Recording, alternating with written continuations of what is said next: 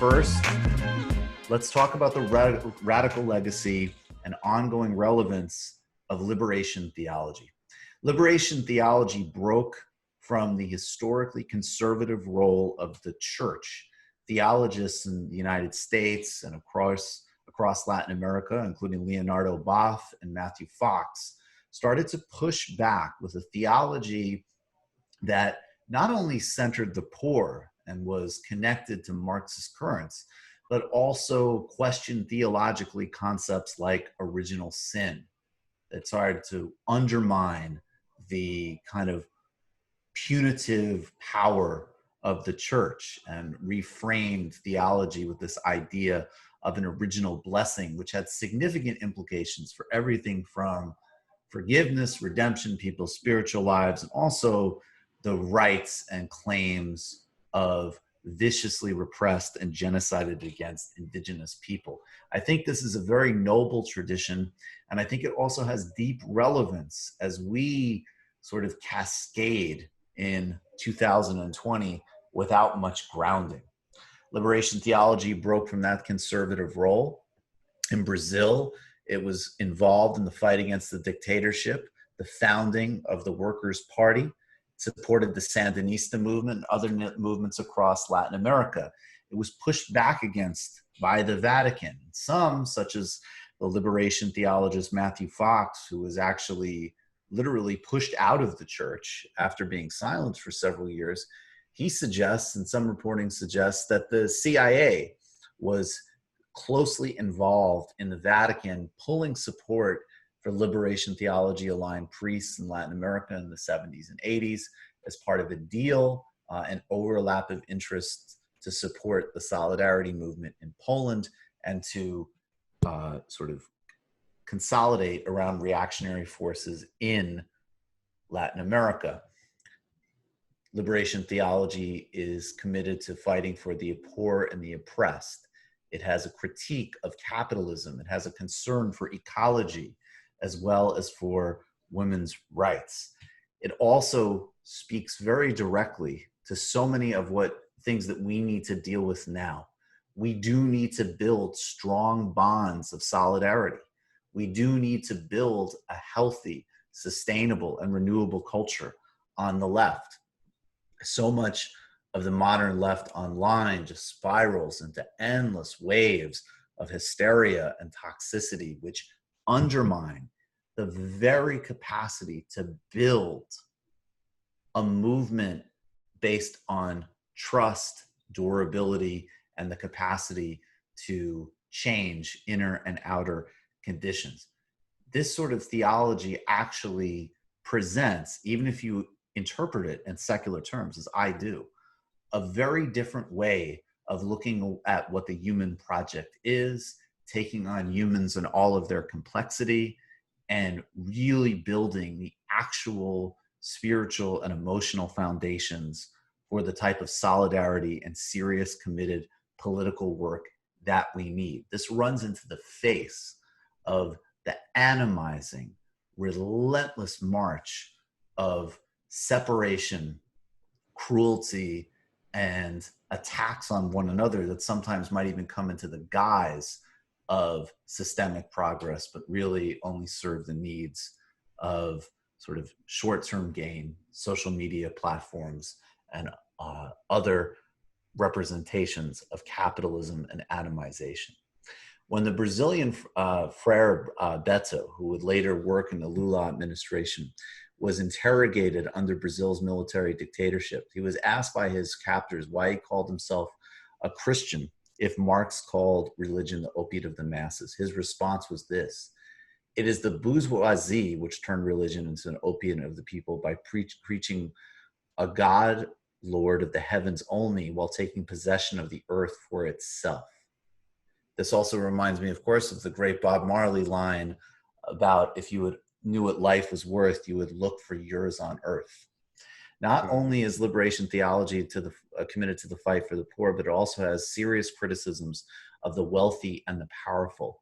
The countervailing forces of both the right-wing church repression by, among others, Cardinal Ratzinger and Pope John Paul, but also the rise of evangelicalism across Latin America has pushed back against this tendency.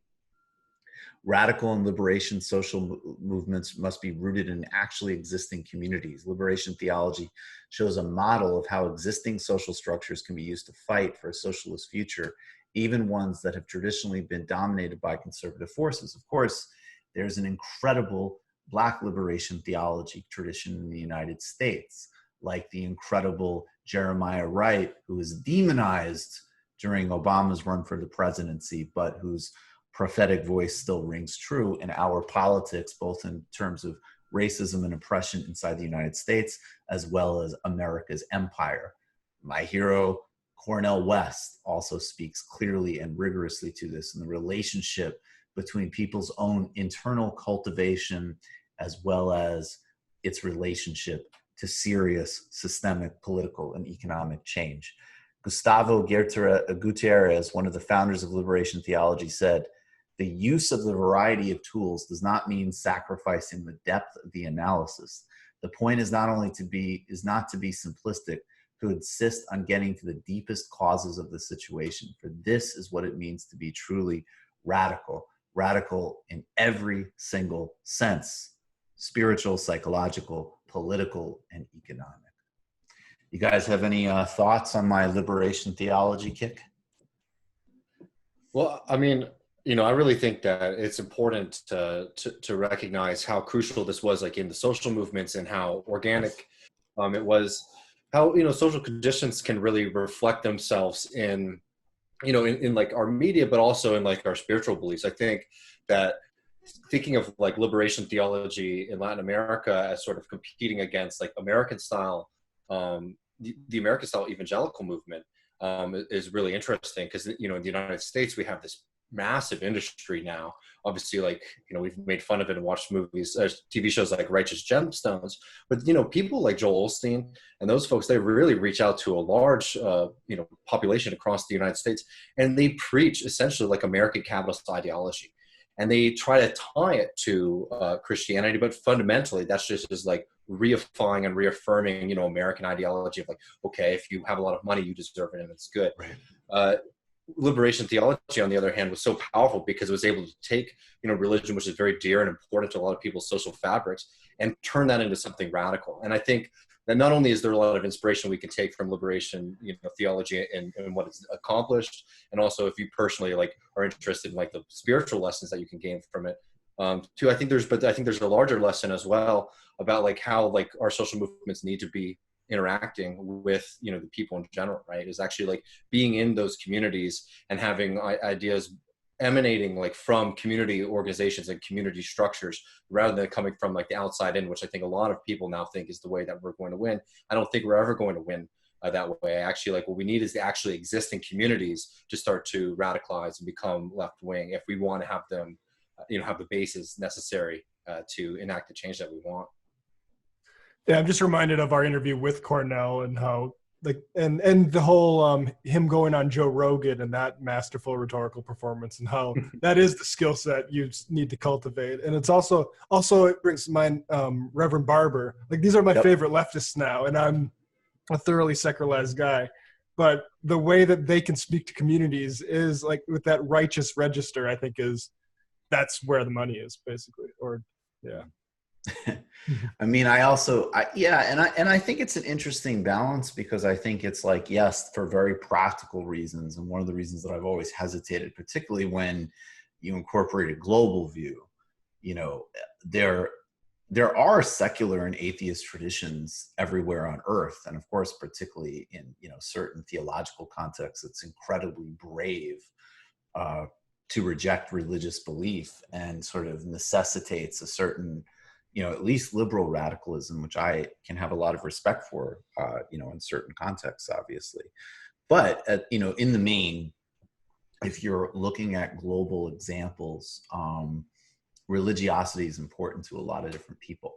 And it manifests in a variety of different ways. I guess this also sort of overlaps with my, on one hand, just my deep allergy to trying to control people's sort of,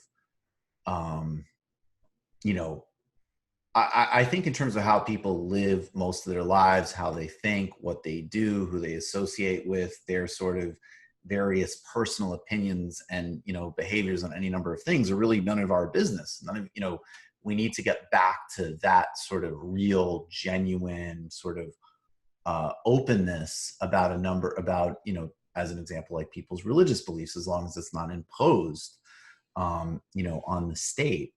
And then the second thing is what we've been emphasizing, which is that you have to meet people where they are.